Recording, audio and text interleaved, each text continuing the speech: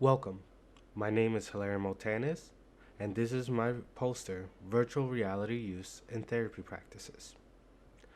The research provided on this poster focuses on the GDC advocacy track and hopes to provide a better understanding of how virtual reality can be used in medical therapy practices and how it can improve upon it. This poster will first introduce the topic of how virtual reality is used currently in therapy practices, following with an introduction and an analysis of immersion and current therapy practices. After the analysis, research will be presented from various studies and articles which cover immersion therapy and virtual reality use in physical therapy.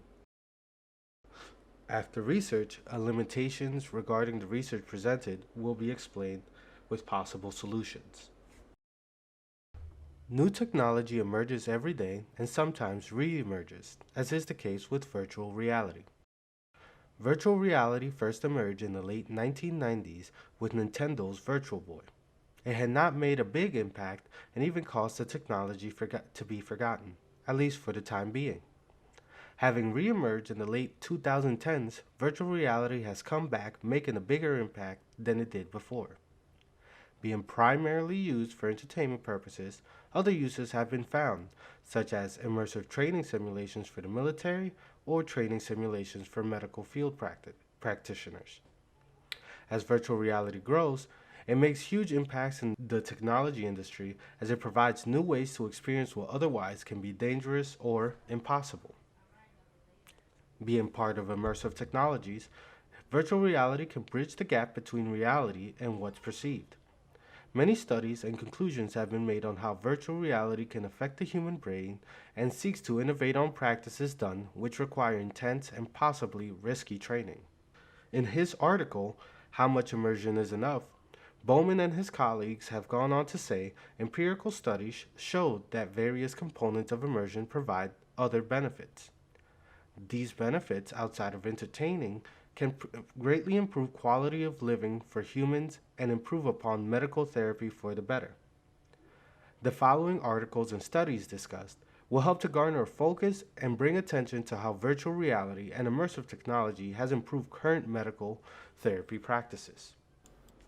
Immersion is the primary objective of virtual reality, and thus is the center of where this topic ultimately leads. Bowman and colleagues have gone on to define immersion as the objective level of sensory fidelity a virtual reality system provides. I will go to define immersion as the level of reality perceived by an individual through technological means. As virtual reality grows and garners more of a following, many studies have emerged exploring its uses in medical practices.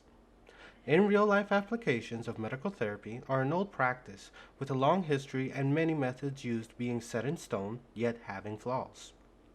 Virtual reality and immersive technologies can improve upon it as it gives the ability to create scenarios for which the individual may need to experience. Some examples of this come from research done by DaCosta and colleagues in using immersive technologies to provide driving experiences to individuals with fear of driving.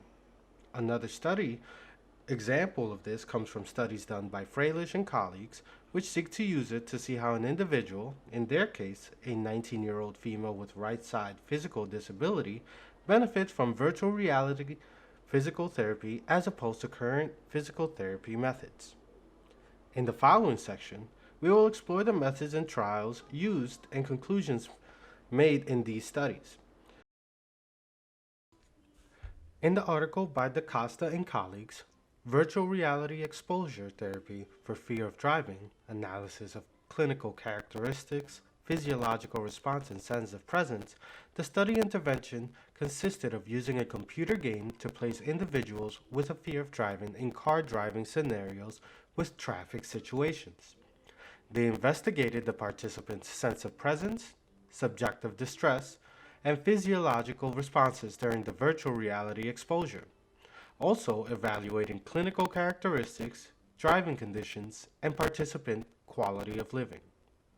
Out of the 13 participants, which were all female, 8 were able to complete the sessions. Questionnaires were used to collect personal data and information regarding the participants' driving history, A heart rate monitor was also utilized to provide physiological feedback during sessions. They used a computer with virtual software, 3D Driving School, Europa Edition 5.1, to provide basic driver training in small town environments. Also using a sport racing steering wheel with force feedback, accelerator, and brake foot pedals, as well as a 32-inch LCD monitor. During the first sessions, participants were instructed in how to use the devices before undergoing a 50-minute session.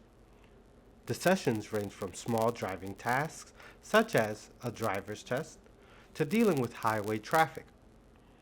Patients could talk with researchers during their sessions with no standard tool used to restructure dysfunctional thoughts. All participants held a driver license for at least 12 years. The scenarios which were reported most feared were rush hour, passing, and mountain driving, with the least being parking in a garage at home in 90-degree parking. Results which were seen were in sense of presence, which showed a significant difference between the first and last session, and a drop in state anxiety scores, which as defined by DaCosta and colleagues is fear, nervousness, discomfort, and arousal of the nervous system induced temporarily by situations perceived as dangerous. Each of the 8 participants showed an improvement in quality of living as they went on to find other means to combat their fear of driving, from finding schools or programs to help overcome their fear of driving.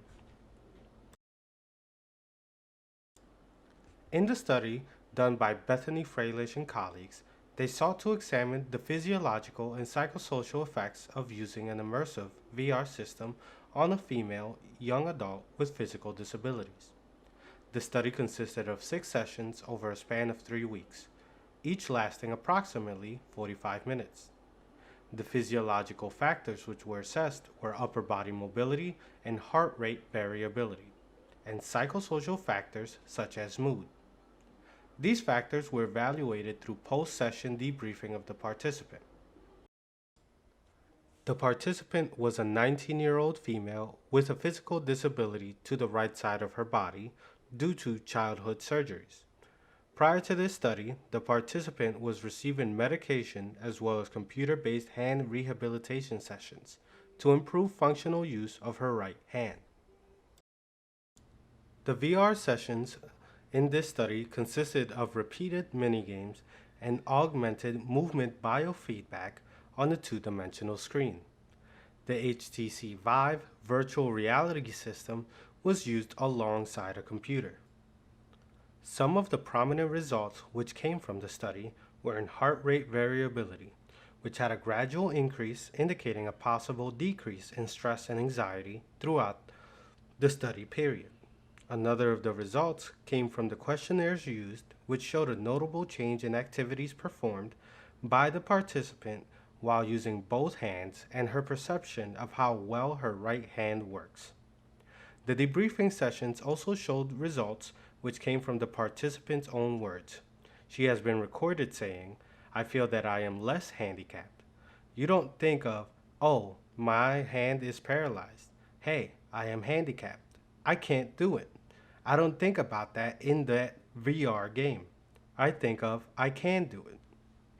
In her final session, the participant had expressed her desire to continue participating in VR programs and an overall enjoyment of the experience, showing that VR can bring positive changes to medical therapy practices. Many limitations come during research involving physical hardware and software. Some of the limitations which can be found in the research provided on this poster are instrumental threat and external validity people threat. The first limitation is instrumental threat, which occurs when the instrument meant to take measurement causes the measurements to be wrong. With virtual reality being an experience carried out by using physical hardware, anything from a malfunction to issues in the simulated creations can cause a study or measurement to be wrong. A possible solution to this would be in providing more hardware so as to switch in cases where the hardware is not working appropriately. Another threat is external validity people threat.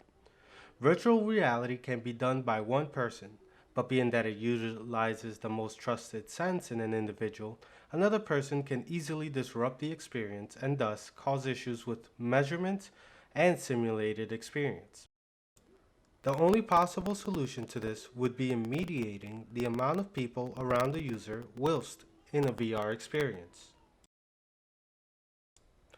In conclusion, a background was provided on the studies which were done regarding health-related issues with the use of VR. The articles and studies provided covered health issues from physical impairments and disabilities to psychosocial issues. From the research provided, it can be seen that VR has a lot of potential and can improve upon medical therapy practices for the better.